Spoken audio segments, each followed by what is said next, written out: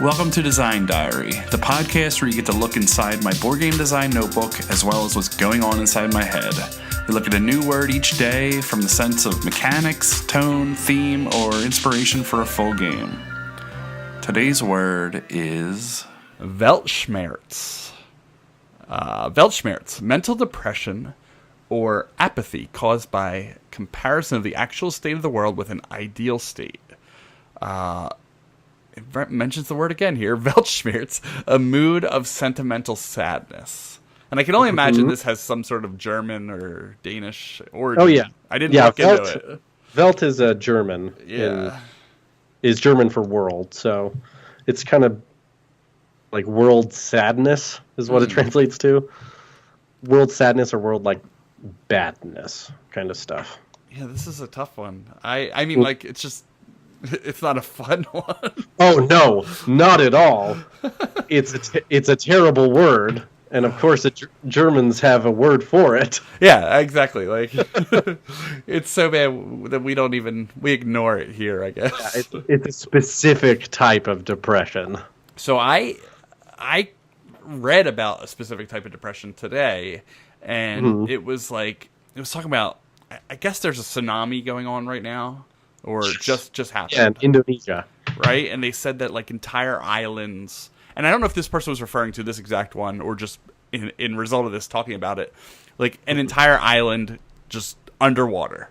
And they said, like, imagine that your entire home is gone and how surreal it is to go back and see that. But how much more surreal it is if you have to get in scuba gear to see it. Like, you have to go dive to revisit where you used to live. And I was like, that's just so wild. Like, I can't even imagine. It's literally uninhabitable anymore. Exactly. So, I was thinking about that from a perspective of, like, here's your childhood home. Because to me, nothing is more sentimental than, like, your childhood, your childhood in general, but your childhood home. And the thing that makes it sentimental is time. And it's really hard to get that into a game where you have something that you build up and you're excited about it and attached to it. And in gaming, the only attachment is usually score. That's what makes you attached to it, is because you're going to win, or it's helping you win better, or something like that.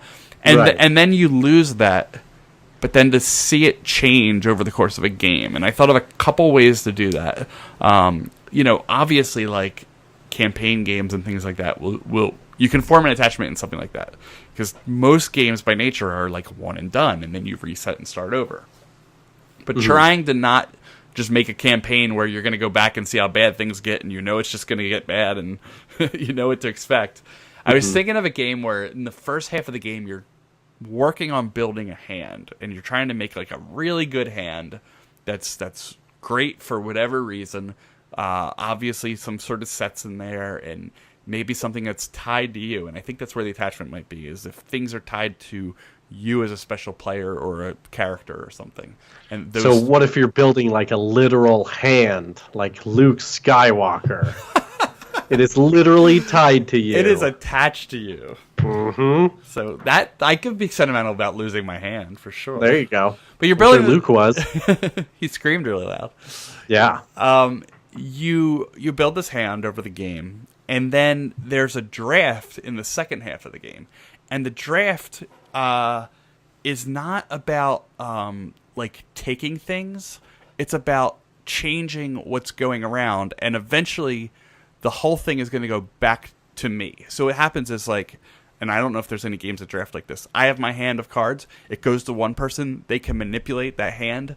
Then they're going to pass it to the next. They can manipulate it. They can pass it to the next, manipulate it, and then it comes back to me. Then we do the same thing with the second person's hand. And they all go around, and you're working to try to get it either back to what you had, and maybe it's like it's recorded and you're coming back to what you're trying to get it best back to what you originally had, or you're trying to, like, take that and improve it or something along those lines. But I just thought about that different kind of draft where your only goal is to impact what's going to end at this other person.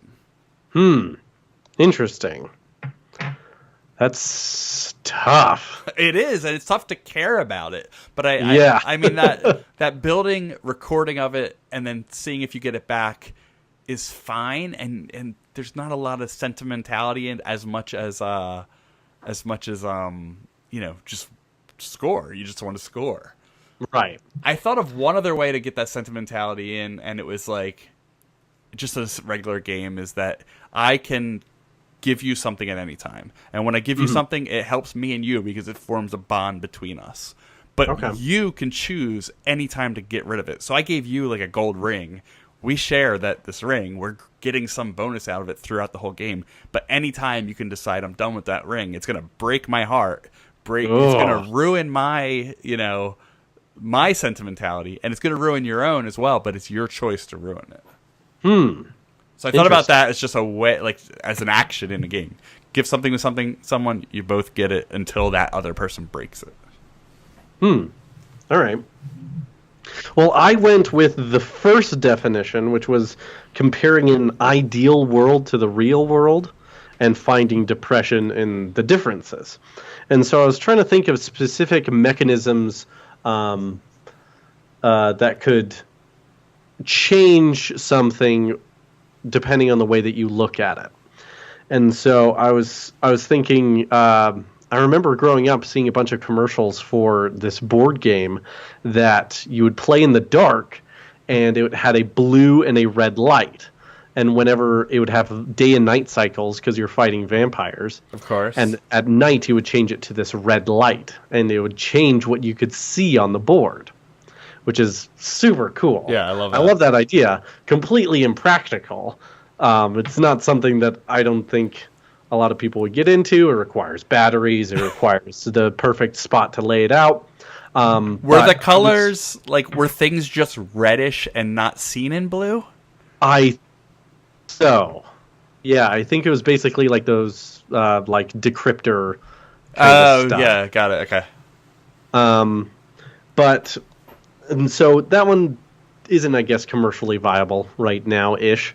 Though other ones I was thinking of, have you seen those, almost children's pop-up books where you have a picture and it's divided by lines, and you can move a lined object through it, and it looks like the object is moving. And so I imagine just a board full I know what you mean, yeah. Yeah, so I imagine a board full of these spaces that you can kind of shift and change, where it is still literally the same spot, but it looks different because you're there, or something like that. I think that would be cool. Yeah. I think that'd be nice. But I mean, obviously, you could just put a card on top of it, and voila, it's changed. I don't think you could do that, though. I don't think you could do that. Yeah. The thing I had was literally a person. Imagine like a miniatures game where your pawn is in the middle of a city. These skyscrapers rising up, and you do the kind of C rules, like in a Heroscape, where each figure has an eye, and you can attack whatever you can see. Yep. But these buildings have almost billboards on them, and they are actions that you can take. And you can only take actions that you can see. Interesting. And so you're literally just having your piece walk around the board, and then looking at buildings depending on what side you're on or how far away you are. They can do different things. So my take on that is always just like, how do you take it to the next level, is where my player position is as well matters. So if I don't see what's on the back side of that, my character doesn't see it either. Yeah. I love that. Yeah, so that's the way to do it. And obviously an economic miniatures game is definitely something that's going to be a smash hit. Hey, you make it sad and dark, and you could probably get like $400 a copy, like Kingdom. Kingdom Death. Monster. Just call it Weltschmerz. Yeah, and Anachrony, where it's just like these giant over-sculpted pieces. Oh. So you might as well use them as miniatures. Yeah, really. So, yeah, that's the idea I had.